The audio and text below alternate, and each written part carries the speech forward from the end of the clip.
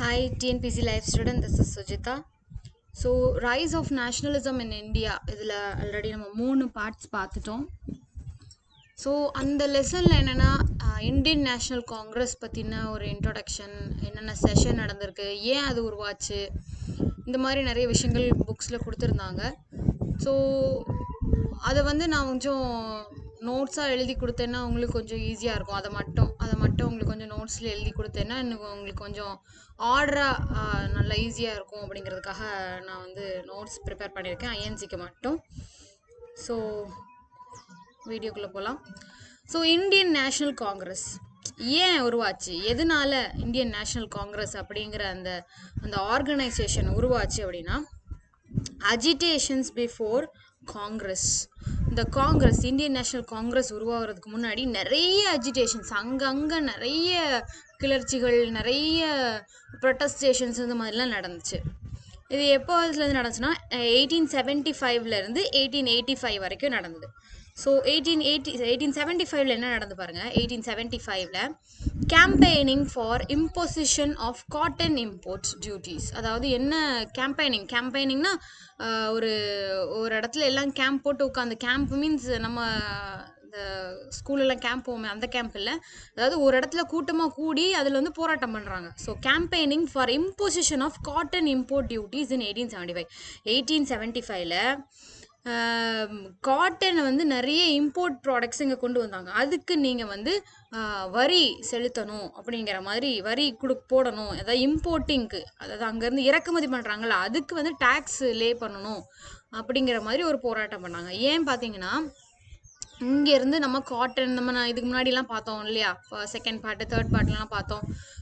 Cash crop, industrial crop, அதாவது இண்டிகோவான industrial க்ராப்பையும் காட்டனான cash க்ராப்பையும் தான் நீங்கள் அதிகமாக விளைவிக்கணும் அப்படின்னு சொல்லி அதையே எல்லாரும் பயிரிட வச்சு, அதை எதுக்காகனா அந்த ரா மெட்டீரியல், அந்த காட்டன் அவங்களுக்கு தேவைப்பட்டுச்சு. ஸோ இங்கேருந்து ரா மெட்டீரியலை லேசஸ் ஃபேரி அப்படிங்கிற அந்த பாலிசியை வச்சுக்கிட்டு இங்கேருந்து ஃப்ரீயாக அள்ளிட்டு அங்கே போய் அங்கேருந்து இங்கே ஃபினிஷ் ப்ராடக்ட் இங்கே கொண்டு வந்து இங்கே சீப்பாக விற்கிறது. இங்கே சீப்பாக விற்கிறதுனால நம்ம இடத்துல உள்ள அந்த கதர் ப்ராடக்ட், காட்டன் ப்ராடக்ட் எல்லாம் வந்து ஒரு ஒரு வேல்யூவே இல்லாமல் போயிடுச்சு இல்லையா.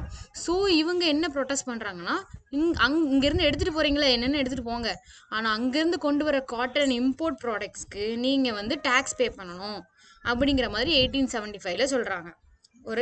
ஒரு போராட்டம் நடத்துகிறாங்க. இது 1875. அடுத்த 1877 என்ன பண்ணுறாங்க பாருங்க. Demand for Indianisation of government services. அதாவது இந்தியாவில் இந்தியர்களுக்கு நீங்கள் அதிகமாக வேலை கொடுக்கணும். இப்போ வந்து இன்னொரு இஷ்யூ போயிட்டுருக்கு இல்லையா, தமிழ்நாட்டில் தமிழர்களுக்கு அதிகமாக வேலை கொடுக்கணும். ஏன்னா வந்து இப்போது ரயில்வே டிபார்ட்மெண்ட்லாம் பார்த்தீங்கன்னா நிறைய ஹிந்தி பேசுகிறவங்க இருக்காங்க. ஸோ வந்து இப்போ என்ன போராடிட்டு இருக்கோம், தமிழர்களுக்கு அதிகமாக இடம் கொடுக்கணும் கவர்மெண்ட்டில், தமிழ்நாட்டு கவர்மெண்ட்டில். அதே மாதிரி இவங்க என்ன 1877 போராடினாங்கன்னா, இந்தியன் கவர்மெண்ட்டில் இந்தியன்ஸ்க்கு நிறைய வேலை கொடுக்கணும் அப்படிங்கிற மாதிரி போட்டாங்க. ஏன்னா அப்போ ஃபுல்லாகவே வந்து பிரிட்டிஷ் தான் இருந்தாங்க. அதாவது மெயின் பதவியில் எல்லாம் பார்த்தீங்கன்னா ஃபுல்லாக பிரிட்டிஷ் தான் இருப்பாங்க. அவங்களுக்கு கீழே தான் நம்ம வந்து இருந்தோம். ஸோ எவ்வளோ தான் படிச்சிருந்தாலும் நம்மளை வந்து அந்த மேல் பொசிஷனுக்கு அவங்க வைக்கவே இல்லை. ஓகேவா. அடுத்தது பார்த்தீங்கன்னா 1878 என்ன நடந்ததுன்னா, protest against vernacular press act. நான் போன இதில் சொல்லியிருப்பேன். வெர்னாக்குலர் ப்ரெஸ் ஆக்ட் அப்படின்னா என்னென்னா, வெர்னாக்குலர் நியூஸ் பேப்பருக்கு அகெயின்ஸ்டாக வந்தது. ஓகேவா. நான் போன வீடியோவில் ஒருவேளை உங்கள்கிட்ட தப்பாக சொல்லியிருக்கலாம். ஸோ கரெக்ட் பண்ணிக்கோங்க. வெர்னாக்குலர் ப்ரெஸ் ஆக்ட் அப்படின்னா என்னென்னா, வெர்னாக்குலர் லாங்குவேஜில் உருவாகிற அந்த நியூஸ் பேப்பர்ஸ் எல்லாத்துக்குமே தடை விதிச்சாங்க. அதாவது வெர்னாக்குலர் லாங்குவேஜ்னால் என்னென்னு சொல்லியிருந்தேன் அவங்கள்ட்ட. சரளமாக எல்லாரும், அதாவது மதர் டங், அந்தந்த ரீஜியனில் என்ன லாங்குவேஜ் பேசுகிறாங்களோ அதுதான் வெர்னாக்குலர் லாங்குவேஜ். ஸோ அந்த வெர்னாக்குலர் லாங்குவேஜில் ப்ரொடியூஸ் ஆன, நம்ம நிறைய போன வீடியோலேயே பார்த்தோம் என்னென்ன சுதேசமித்திரன், இந்த மாதிரி நிறைய ஹிந்து, இது மாதிரி நிறைய வெர்னாக்குலர் ப்ரெஸ் ஆக்ட் இருக்குன்னு ப்ரெஸ்ஸஸ் இருக்குன்னு பார்த்தோம் இல்லையா. ஸோ அந்த ப்ரெஸ்க்கெல்லாம் தடை விதிச்சது தான் இந்த வெர்னாக்குலர் ப்ரெஸ் ஆக்ட் 1878. இதுக்கு எதிராக 1878 அப்போ அவங்க ப்ரொட்டஸ்ட் பண்ணாங்க. இந்த வெர்னாக்குலர் ப்ரெஸ் ஆக்டை நீங்கள் தடை வைக்கக்கூடாது, நீங்கள் வந்து அதுக்கு நம்ம பார்த்தோம் இல்லையா, நிறைய வந்து என்னது சென்சார் போர்டெலாம் வச்சாங்க அப்படின்னு பார்த்தோம். ஸோ அதெல்லாம் நீங்கள் பண்ணக்கூடாது அப்படி நியூஸ்னால் நியூஸ் மாதிரி இருக்கணும், எந்த நியூஸு வெளியே வரணும் எந்த நியூஸ் வெளியே வரக்கூடாதுங்கிறப்ப அது எப்படி நீங்கள் முடிவு பண்ணலாம்? நியூஸ்னால் என்ன அர்த்தம்? நார்த் ஈஸ்ட் வெஸ்ட் சவுத்தில் உள்ள எல்லா விஷயங்களையும் அது வந்து எல்லா மக்களுக்கும் போய் சேரணும், அதுதானே நியூஸ் பேப்பருக்கு அர்த்தம். இவங்க வந்து அதை கண்ட்ரோல் பண்ணாங்க. ஸோ அந்த கண்ட்ரோலுக்கு எதிராக இவங்க வந்து ப்ரொடெஸ்ட் பண்ணாங்க. அது 1878 நடந்தது. அப்புறம் 1883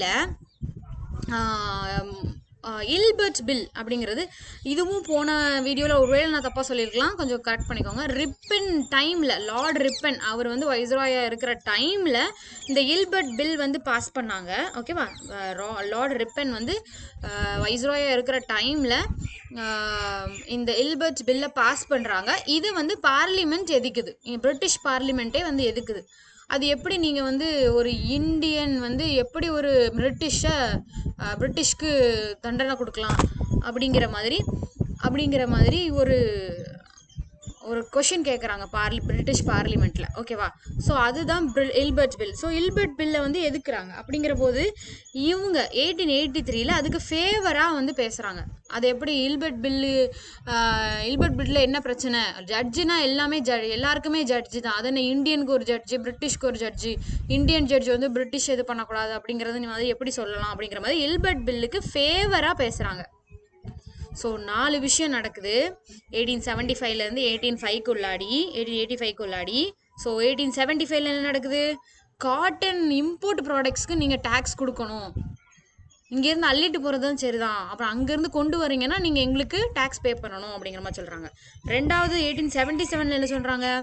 இந்தியன் கவர்மெண்ட்டில் உள்ள வேலையெல்லாம் இந்தியன்ஸ்க்கு தான் நீங்கள் ப்ரியாரிட்டி கொடுக்கணும் அப்படிங்கிற மாதிரி சொல்கிறாங்க. அடுத்தது 78 வெர்னாக்குலர் ப்ரெஸ் ஆக்டுக்கு ப்ரொடெஸ்ட் பண்ணுறாங்க. அது எப்படி நீங்கள் வந்து ஒரு நியூஸ் பேப்பரை வந்து சென்சார் போர்டெலாம் பண்ணி இது பண்ணலாம்?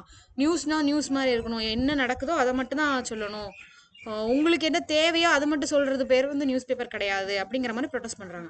1883 இல்பர்ட் பில்லை வந்து நீங்கள் எப்படி நீங்கள் ப்ரொடெஸ்ட் பண்ணலாம், அது எப்படி நீங்கள் சொல்லலாம்? ஜட்ஜுனா எல்லாருக்குமே ஜட்ஜு தான்.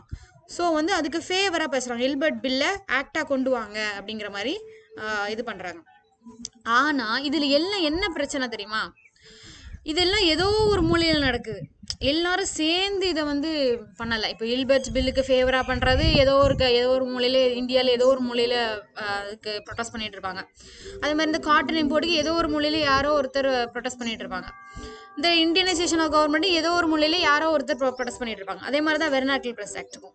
இது என்ன விஷயம்னா, நம்ம எல்லாரும் சேர்ந்து பண்ணியிருந்தோம்னா இதுக்கு முன்னாடியே நம்ம இண்டிபெண்டன்ஸ் வாங்கியிருக்கலாம் அப்படிங்கிற மாதிரி அந்த உணர்வு அவங்களுக்கு தோணுது. வாங்கியிருக்கலாம், ஓகேவா, வாங்கியிருக்கலாம். இப்போ என்ன நடக்குது அப்படின்னா, அவங்களுக்கு வந்து ஒரு need for national wide organisation தேவைப்படுது.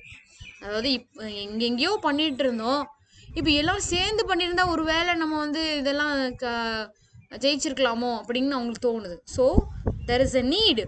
இந்த பாயிண்ட் வந்து இங்கே எழுதிக்கோங்க, ஓகேவா? அதனால தான் நான் கோடு போட்டுட்ருக்கேன். இந்த அஜிடேஷனுக்கு அப்புறம் கேம்பெயினிங், டிமாண்ட், ப்ரொடெஸ்ட் எழுதிட்டு கடைசியாக இந்த பாயிண்ட் எழுதுங்க, need for national wide organisation. ஓகேவா? இந்த இடத்துல எழுதிக்கோங்க. ஸோ இப்போ தான் அவங்களுக்கு தோணுது, ஒரு நேஷ்னல் வைடு ஆர்கனைசேஷன் இது பண்ணியிருக்கலாமோ அப்படிங்கிற மாதிரி அவங்களுக்கு தோணுது. ஓகேவா? ஸோ ஒரு மீட்டிங் நடக்குது, தியோசாபிக்கல் சொசைட்டி. அதை வந்து என்ன சொல்லுவாங்கன்னா பிரம்ம ஞான சபா. என்ன இருக்கு பாருங்க, பிரம்ம ஞான சபா அப்படின்னு சொல்லுவாங்க. ஸோ இந்த மீட்டிங் எங்கே நடக்குது அப்படின்னா மெட்ராஸில் நடக்குது, ஒருத்தரோட வீட்டில். ஓகேவா? ஒருத்தரோட வீட்டில் தான் மெட்ராஸில் நடக்குது. டிசம்பர் 1884 நடக்குது. ஓகேவா? December 1884 meeting of theosophical society, அதாவது பிரம்ம ஞான சபா, அந்த குரூப்பில் உள்ள ஒரு 17 பேர், வெறும் ஒரு 17 பேர் இந்த மீட்டிங்கில் ஒரு ஆளோட வீட்டில் மெட்ராஸில் நடக்குது, டிசம்பர் 1884. ஸோ இதில் யார் ஹெட்டாக இருக்கிறாங்கன்னா ஆலன் ஆக்டேவியன் ஹியூம் அப்படிங்கிறவர், ஏஓ ஹியூம் அப்படிம்பாங்க. ஸோ இவர் ஒரு ரிட்டையர்டு ஐசிஎஸ் ஆஃபீஸர். ஓகேவா? ஸோ இவர் தான் அதில் தலைமையாக இருக்கிறாரு. மொத்தமே 17 பேர் தான் இவர் வந்து தலைமை வகிக்கிறாரு. ஸோ ஆலன் ஆக்டேவியன் ஹியூம் அப்படிங்கிறவர். ஓகேவா? ஸோ இவங்க இப்படி பேசிகிட்டு இருக்கும்போது தான் இந்த 17 பேரும் வேறு இடத்துலேருந்து வந்தவங்க, பாம்பேலேருந்து, கல்கட்டாலேருந்து வந்தவங்க. ஓகேவா? ஸோ இவங்க எல்லாரும் உட்காந்து பேசும்போது திடீர்னு அவங்களுக்கு என்ன தோணுது அப்படின்னா, ஏன் நம்ம இந்தியன் நேஷ்னல் காங்கிரஸ் அப்படின்னு ஒன்று உருவாக்கக்கூடாது அப்படிங்கிற அந்த ஐடியா பல்பு மாதிரி எரியுது. ஓகேவா? ஸோ அப்போ உருவானதான், இந்த மீட்டிங்க்கு அப்புறம் உருவானது தான் ஐஎன்சி, இந்தியன் நேஷனல் காங்கிரஸ் அப்படிங்கிறது. ஓகேவா? ஸோ இதோட ஃபவுண்டர் யாரு அப்படின்னு நீங்கள் கேட்டிங்கன்னா, அதாவது ஐஎன்சி அப்படிங்கிற ஃபவுண்டர் யாருன்னு கேட்டிங்கன்னா ஏஓ ஹியூம்னு தான் நீங்கள் சொல்லணும். ஓகேவா? ஸோ இது வந்து ஃபர்ஸ்ட் செஷன் எங்கே நடந்தது அப்படின்னா 28 டிசம்பர் 1885 பாம்பேல தான் ஃபர்ஸ்ட் செஷன் நடக்குது. அதோட பிரசிடென்ட் யாருன்னா உமேஷ் சந்திர பானர்ஜி, இவர் தான் ஃபர்ஸ்ட் பிரசிடென்ட். ஸோ 1885 தொடங்குது, கிட்டத்தட்ட 1947 வரைக்கும் நடக்குது. கிட்டத்தட்ட 59 செஷன் கிட்ட நடந்திருக்கும். ஓகே, மொத்தம் 59 செஷன் ப்ளஸ் வந்து ஒரு 4 ஸ்பெஷல் செஷன் வேற போட்டிருப்பாங்க. அதாவது வருஷத்துக்கு ஒரு செஷன் போடுவாங்க. அப்படி ஒரு 59 செஷன் உண்டு. நடுவில் கொஞ்சம் ஒரு 4-5 வருஷமா கிட்ட செஷன் நடந்திருக்காது. ஆனால் ஒரு 4 ஸ்பெஷல் செஷன் நடந்திருப்பாங்க. அதெல்லாம் நம்ம பின்னாடி பார்க்கலாம். 4 ஸ்பெஷல் செஷன், அதாவது ஏற்கனவே அந்த வருஷம் வந்து செஷன் நடந்திருக்கும். ஆனால் ஏதாவது ஒரு முக்கியமான விஷயம் பேசுறதுக்காக அவங்க திரும்பவும் கூடியிருப்பாங்க அதே வருஷத்தில். ஸோ அந்த 4 செஷனையும் ஸ்பெஷல் செஷன்பாங்க. அதை நம்ம பின்னாடி பார்க்கலாம். ஓகேவா? ஸோ ஐஎன்சியோட ஃபவுண்டர் யார்? A O. 28 டிசம்பர் 1885 பாம்பேல தான் ஃபர்ஸ்ட் செஷன் நடக்கு. ஃபர்ஸ்ட் செஷனோட president Umesh Chandra Banerjee, WC Banerjee. Okay, so INC என்ன வேலை பண்ணுச்சு, இதனால நமக்கு என்ன பலன் அப்படிங்கிற போது, it act as a platform for all movements that were being organized in different parts of the country. அதாவது அந்தந்த டிஃப்ரெண்ட் பார்ட்ஸ் ஆஃப் த கண்ட்ரியில், கல்கட்டாவில் ஒரு தாதாபாய் நவரோஜி அவர் ஒரு வேலை பார்த்துட்டு இருந்தார்.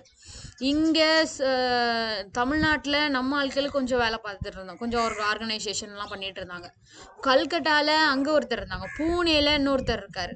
ஸோ இப்படி அங்கங்கே டிஃப்ரெண்ட் பார்ட் ஆஃப் த சொசைட்டியில் ஒரு சில மூமெண்ட்ஸ் நடந்துட்டு இருக்கு. இந்த எல்லா மூமெண்ட்டுக்கும் ஒரே பிளாட்ஃபார்ம், ஒரே ஸ்டேஜ் கொடுத்தது யாருன்னா இந்த ஐஎன்சி தான். ஓகேவா? INC acted as a platform for all the movements that were being organized in different parts of the country.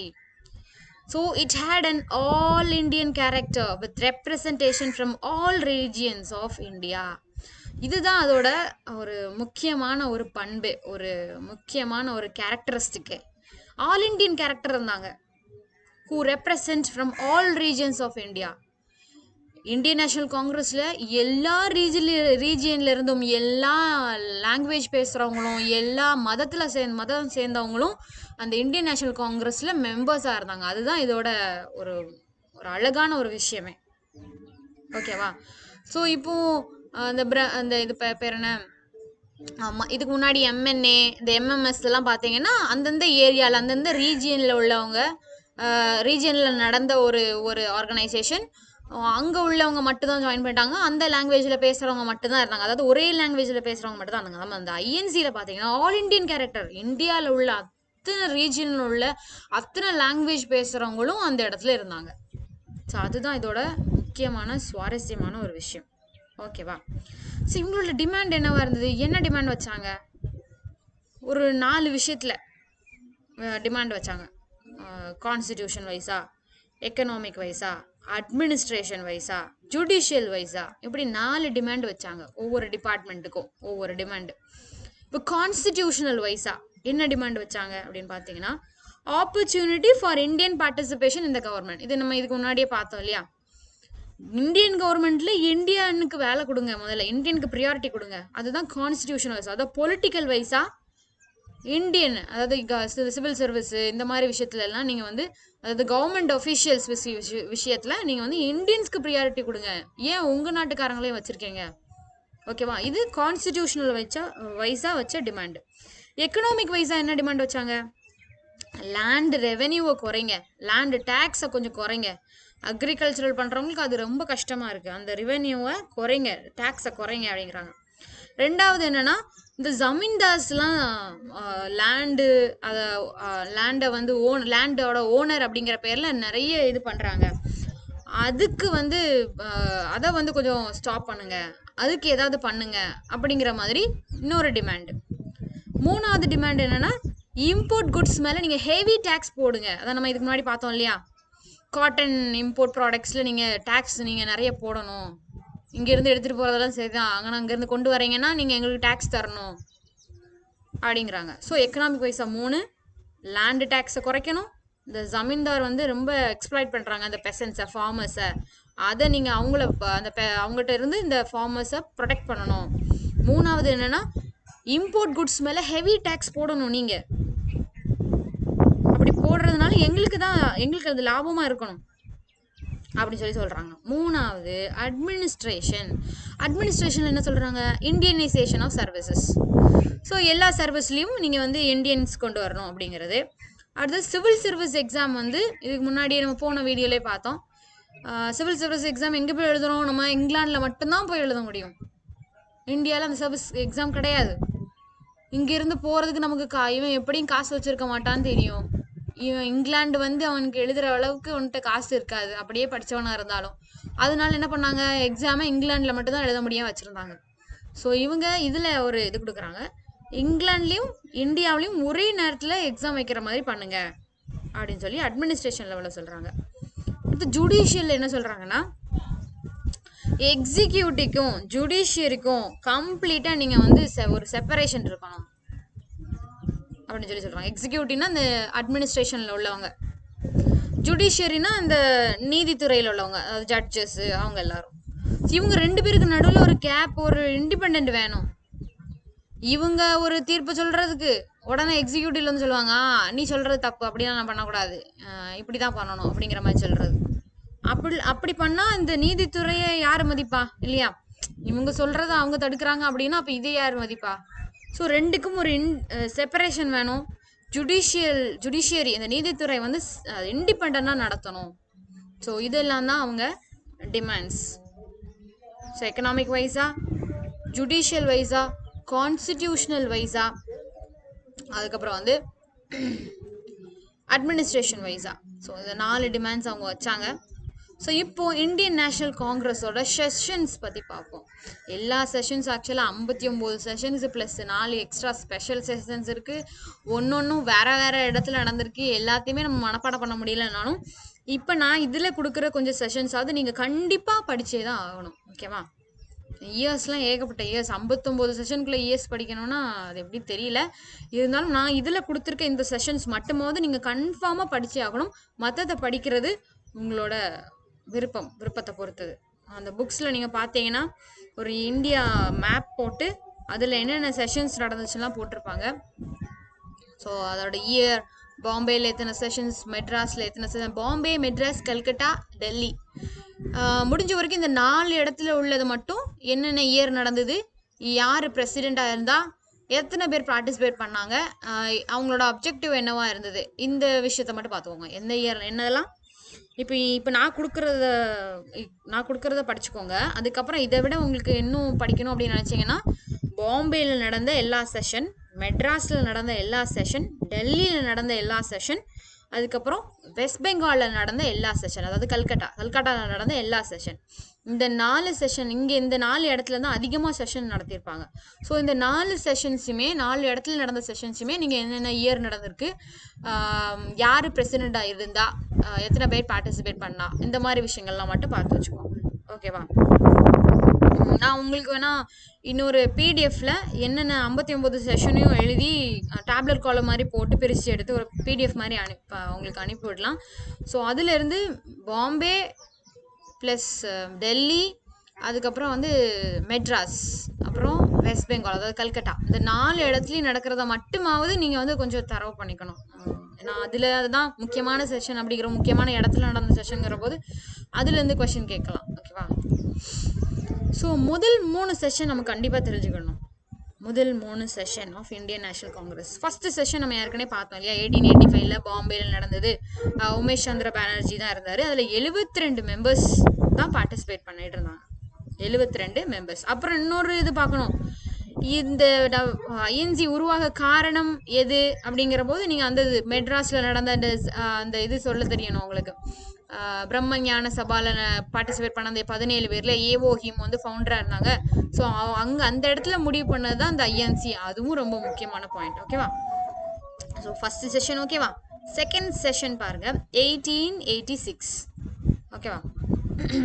இதான் வரிசையாக தான் வரும். 1885, 1886, 1887 மொதல் 3 செஷனும் மொதல் 4 செஷனுமே வரிசையாக தான் வரும். ஓகேவா? 1885, 86, 87, 88 இது பிரச்சனை. இந்த இயர் பிரச்சனை இல்லை. ஆனால் உங்களுக்கு எங்கே நடந்துங்கிறதான் வேற வேற இடத்துல இருக்கும். ஓகேவா?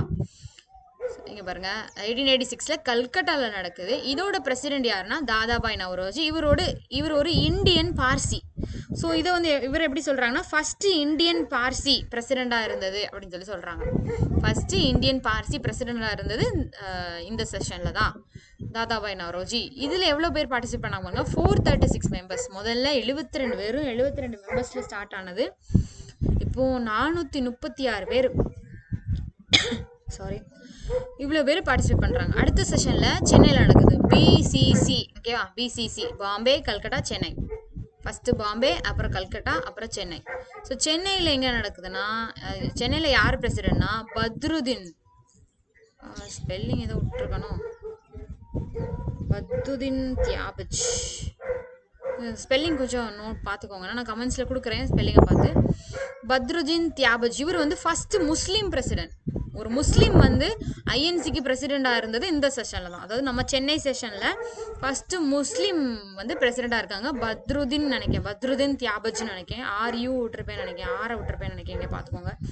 ஸோ இதில் கொஞ்சம் கன்ஃபியூஷன் இருக்குது. 607 மெம்பர்ஸா 609 மெம்பர்ஸான்னு ஒரு டவுட் இருக்குது. ஸோ இது வந்து நீங்கள் அவ்வளோவா தெரிஞ்சுக்க வேண்டாம். ஏன்னா கன்ஃபியூஷன் இருக்கும்போது you know need to know. But சும்மா லைட்டாக பார்த்து மட்டும் வச்சுக்கோங்க. 607 to 609 மெம்பர்ஸ் வரைக்கும் இருந்தாங்க அப்படிங்கிறது. 4th செஷன் உங்களுக்கு தெரிஞ்சிருக்கணும். ஏன்னா இதில் வந்து ஒரே ஒரு இங்கிலீஷ் பிரசிடெண்டாக இருந்தது இதில் தான். ஃபஸ்ட் இங்கிலீஷ் பிரசிடெண்டாக இருந்தது இந்த செஷனில் தான். அது ஜார்ஜ் ஊலே அப்படிங்கிறவரது. 1888 அலகாபாத்தில் நடந்த அந்த செஷனில் ஜார்ஜ் ஊலே இவர் ஒரு இங்கிலீஷ் பர்சன், பிரிட்டிஷ் பர்சன். அவர் வந்து பிரசிடெண்டாக இருந்தது இந்த செஷனில் தான்.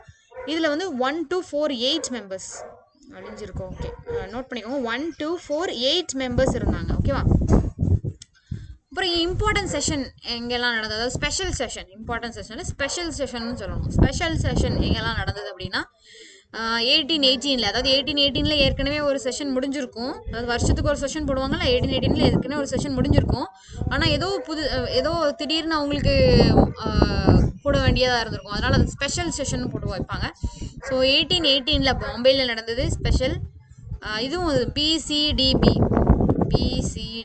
ஓகேவா? 1920 கல்கட்டா, 1923 டெல்லி, 1942 பாம்பே. நான் உங்களுக்கு என்ன சொன்னேன், ஒரு 4 ஸ்டேட்டில் தான் முக்கியமானது. பாம்பேல, கல்கட்டாவில், டெல்லியில், மெட்ராஸில் சொன்னேன். இந்த 4 ஸ்பெஷல் ஸ்டேட்டில் மெட்ராஸில் மட்டும் ஸ்பெஷல் செஷன் நடந்திருக்காதுன்னு ஞாபகம் வச்சுக்கோங்க. ஸோ பாம்பே, கல்கட்டா, டெல்லி, மறுபடியும் பாம்பே. மெட்ராஸ் கிடையாது, அதனால மறுபடியும் பாம்பே வருது. பாம்பே, கல்கட்டா, டெல்லி, மறுபடியும் பாம்பே. ஃபஸ்ட்டு செஷன் எங்கே நடந்தது? பாம்பேல தான் நடந்தது. ஸோ பாம்பேலேருந்து ஆரம்பிங்க. பாம்பே, பிக்கு அப்புறம் என்ன வரும்? சி வரும். கல்கட்டா, சிக்கு அப்புறம் என்ன வரும்? டி வரும். டெல்லி, அப்புறம் மெட்ராஸ் கிடையாது, அதனால முதல்ல இருந்து ரிப்பீட் ஆகுது பாம்பே அப்படின்னு ஞாபகம் வச்சுக்கோங்க. Special sessions. ஓகேவா? ஃபர்ஸ்ட் விமனும் கொஞ்சம் பெண்களும் வந்து பிரசிடெண்டாக இருந்திருக்காங்க. அதாவது ஃபர்ஸ்ட் விமன் பிரசிடெண்ட் இருக்காங்க, ஃபர்ஸ்ட் இந்தியன் விமன் பிரசிடெண்ட் இருக்காங்க. அது எப்போ நடந்ததுன்னா 1917 கல்கட்டாவில் ஒரு செஷன் நடக்குது. அங்கே ஆனி பெசன்ட் அவங்க வந்து ஃபர்ஸ்ட் விமன் பிரசிடெண்டாக ஐஎன்சியில் இருக்காங்க. ஃபர்ஸ்ட் விமன் பிரசிடென்ட்னா அது ஆனி பெசன்ட் தான். ஃபர்ஸ்ட் இந்தியன் விமன் பிரசிடென்ட் பார்த்தீங்கன்னா சரோஜினி நாயுடு. கான்பூரில் நடந்த 1925 அந்த செஷனில் இவங்க பிரசிடெண்டாக இருக்காங்க. அப்போ பெண்களுக்கும் கொஞ்சம் உரிமை கொடுத்துருக்காங்க பாருங்கள். ஸோ 1925 கான்பூரில் சரோஜினி நாயுடு அவங்க வந்து ஃபர்ஸ்ட் இந்தியன் விமன் பிரசிடெண்டாக இருந்திருக்காங்க. செஷன் நடந்தது மட்டும் இல்லாமல் எப்போல்லாம் செஷன் நடக்கலை அப்படிங்கிறதும் நம்ம தெரிஞ்சுக்கணும். ஓகேவா? 1930 நடக்கலை, 35 நடக்கலை, 41 45 வரைக்கும் நடக்கலை. ஓகேவா? 1930 நடக்கலை, 1935 நடக்கலை, 1941 45 வரைக்கும் நடக்கலை. இதெல்லாம் செஷன்ஸ் நடக்காத இயர்ஸ். ஆஃப்டர் இண்டிபெண்டன்ஸில் ஒரே ஒரு வாட்டி செஷன் நடந்திருக்கு. 1948 ஜெய்ப்பூரில் நடந்திருக்கு. இதோட பிரசிடென்ட் வந்து என்னன்னா பட்டாபி சித்தராமையா அப்படிங்கிறவர். ஸோ இவர் தான் ஃபஸ்ட்டு செஷன், இந்த ஃபஸ்ட்டு செஷனோட ஆஃப்டர் இண்டிபெண்டன்ஸோட பிரசிடென்ட். இவர் என்ன பண்ணியிருக்காரு பாருங்க, he wrote the history of INC. இவர் இந்த பட்டாபிஸ்தம் ராமையா தான், இவர் வந்து ஹிஸ்டாரியன். ஓகேவா? ஸோ இவர் வந்து ஐஎன்சி எப்படி உருவாச்சு, பிரம்மஞான சபாலேருந்து 17 பேர் பேசுனாங்க, இந்த ஹிஸ்ட்ரி எல்லாம் இவர் வந்து எழுதியிருக்கார். History of Indian National Congress இவர் எழுதியிருக்கார். ஓகேவா? ஸோ அவ்வளோதான். ஸோ இது வரைக்கும் புரிஞ்சிருக்கும்னு நினைக்கிறேன். இதில் உங்களுக்கு முக்கியமாக என்ன தெரியணும் அப்படின்னா, ஐஎன்சி எப்படி உருவாச்சு, ஏன் உருவாச்சு, அப்புறம் யார் அதோட ஃபவுண்டர், எந்த குரூப், எப்படி அது வந்து எந்த இடத்துல, அதாவது எந்த ஆர்கனைசேஷன்னால இது உருவாச்சு, அதில் எத்தனை பேர் இருந்தாங்க, அப்புறம் ஃபஸ்ட்டு 3 செஷன்ஸ் யார் யாரெல்லாம், இப்போ எங்கெங்கெல்லாம் நடந்தது, இவங்களோட அப்ஜெக்டிவ்ஸ் என்ன இருந்தது, டிமாண்ட்ஸ் என்ன இருந்தது. ஓகேவா? ஸோ அதுக்கப்புறம் வந்து செஷன்ஸ் பற்றி கொஞ்சம் தெரிஞ்சுக்கணும். ஸ்பெஷல் செஷன்ஸ் எங்கெல்லாம் நடந்தது, செஷன் எப்போல்லாம் நடக்கலை, ஆஃப்டர் இண்டிபெண்டன்ஸில் ஒரே ஒரு செஷன் நடந்தது. ஓகேவா? ஸோ உங்களோட பிரசிடெண்ட் யார், ஃபஸ்ட்டு இங்கிலீஷ் பிரசிடெண்ட் யார், ஃபஸ்ட்டு முஸ்லீம் பிரசிடெண்ட் யார், first Parsi president, Indian Parsi president யார், first women president, first Indian women president, இவங்கெல்லாம் யார். ஸோ இதெல்லாம் முக்கியமாக நீங்கள் தெரிஞ்சுக்க வேண்டியது. இது வரைக்கும் புரிஞ்சிருக்கும்னு நினைக்கிறேன் நான் சொல்லி கொடுத்தது. ஏதாவது டவுட் இருந்தால் கமெண்ட் பண்ணுங்கள். அடுத்த பார்ட்டில் இன்னும் கொஞ்சம் போர்ஷன்ஸ் இருக்குது அந்த லெசனில், அதோட ஃபினிஷ் பண்ணிக்கலாம். So thank you.